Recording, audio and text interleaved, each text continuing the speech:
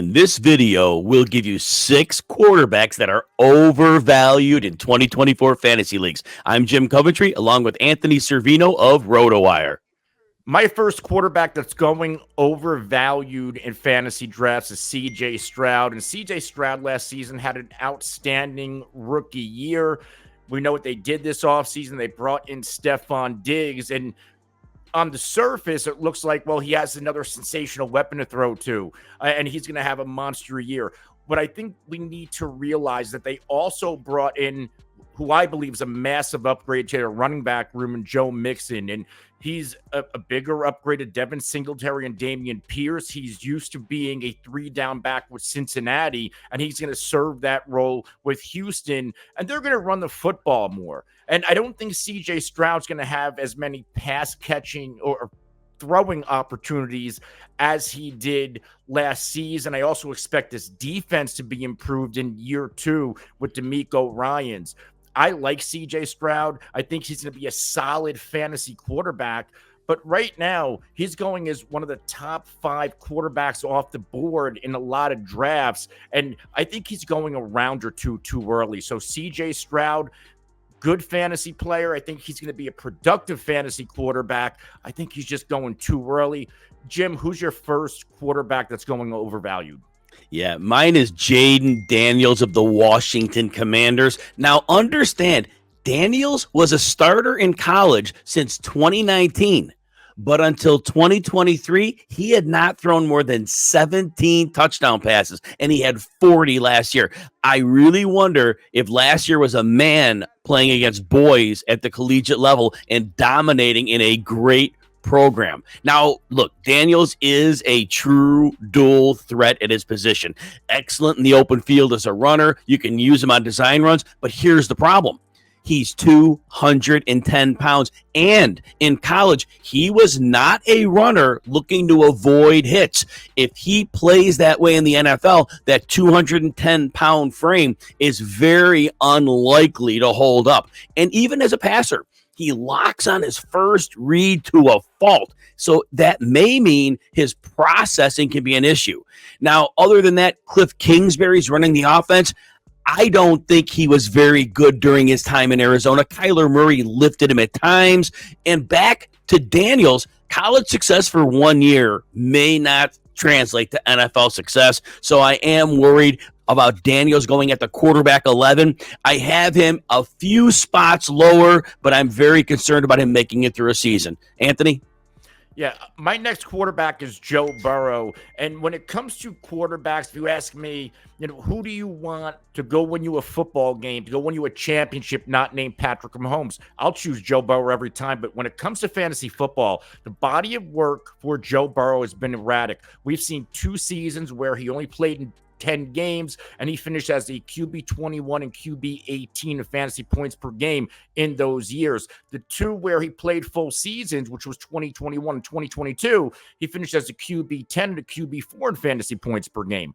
Which Joe Burrow are we going to get? Because right now he's going as the 8th quarterback off the board, and there's a lot of changes. Not only is there a risk that we need to worry about with Burrow's injury, there's no more Tyler Boyd. We really don't know who the wide receiver 3 is in this offense right now, and he's used to operating with a solid 3 receivers. T. Higgins, Jamar Chase. There's also injury concerns with those players we need to worry about. So, and there's no more Joe Mixon. Is there going to be more throwing?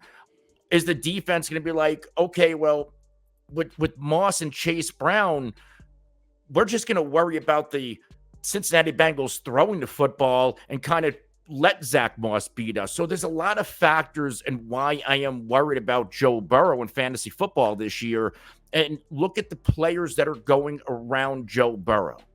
Kyler Murray, Dak, Jordan Love, Anthony Richardson. I'd rather have every single one of those quarterbacks for fantasy this year over Joe Burrow. So he's another quarterback I am worried about that is going a little bit overvalued in fantasy football drafts. Jim, who's your next quarterback? Yeah, Tua Tagovailoa is overvalued. In each of the last 2 seasons, You've seen it. Miami's offense gets figured out to a degree by opposing defenses. Teams add wrinkles, and Tagovailoa struggles. Now, remember, even in 2022, though, the head injuries that the quarterback suffered. He stayed healthy in 2023. But I am very concerned for the young man that if he takes another hit to his head, that it could be a very problematic situation for him as a human being and as a football player, and I'm worried about him missing extensive time. Now, back to the on-field play. Even if defenses aren't confused by Miami's offensive scheme, which has helped Tagovailoa, the lack of arm strength is a very real problem. Tagovailoa, he underthrows deep passes. He really struggles throwing to the perimeter, and defenses know that, and they often will load the middle of the field to force him throw in the areas where there's a lot of defensive bodies. And remember, Tagovailoa has not thrown 30 touchdown passes in a season with the roster he's around. That's really problematic. And he's no threat to run. So you're not getting anything in the running game from him. So that between the injury risk, the fact that defenses could take away what he does, Tagovailoa is going as about the quarterback 17. I have him outside my top 20. Anthony? Yeah, my final quarterback that is going overvalued in our fantasy drafts right now is Jared Goff. And Jared Goff, he finished as a QB 11 fantasy points per game and a QB 7 overall. There was a lot of quarterbacks that were missing last year due to injury. If those guys were playing and did not suffer injuries, Jared Goff still the 7th best quarterback in fantasy football? Absolutely not. We also have to factor in Jared Goff is now playing in an offense with year 2 version of Jahmyr Gibbs. Gibbs could potentially be a fantasy monster in his own right this year, and there could be some less, red zone opportunities of Jared Goff throwing the football that are going into the hands of Jahmyr Gibbs. We also have to factor in David Montgomery is still on this offense as well. For years, Jared Goff has been an okay fantasy quarterback. I just don't think all of a sudden, because he pops one season as a quarterback 7, that he's all of a sudden a fantasy gold mine. And this is another situation. If you look at the quarterbacks going around Jared Goff, I think there are higher ceilings to be had. If you want a nice high floor quarterback, that even worries me a little bit with Jared Goff as well because of his home and away splits. He plays sensational at home, and historically, even going back to his days with the Rams, he has struggled on the road. So Jared Goff's another quarterback that I would rather draft another round or 2 behind where he's going. My last overvalued quarterback is Jordan Love of the Green Bay Packers. Now, look, Jordan Love was great last year, and he is going to be a very good NFL quarterback. But what the reality is that Jordan Love threw the ball far more than Coach Matt LaFleur would like. LaFleur's been in this league a while.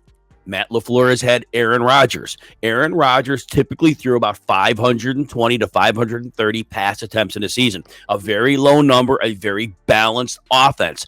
Last year, the Green Bay Packers defense was terrible, and they got rid of Joe Barry, the coordinator, in the offseason. If this defense is at all better, Jordan Love is not going to have to put the passing attack on his shoulders, and Matt LaFleur is going to have that balanced attack that he likes. Now, remember, Jordan Love attempted 579 passes last year. That was almost 50 more than what we would have seen from Aaron Rodgers. And if that coach is not going to let Aaron Rodgers throw it that often, he certainly isn't going to let Jordan Love do the same. All that said, there's a great pass-catching group in Green Bay.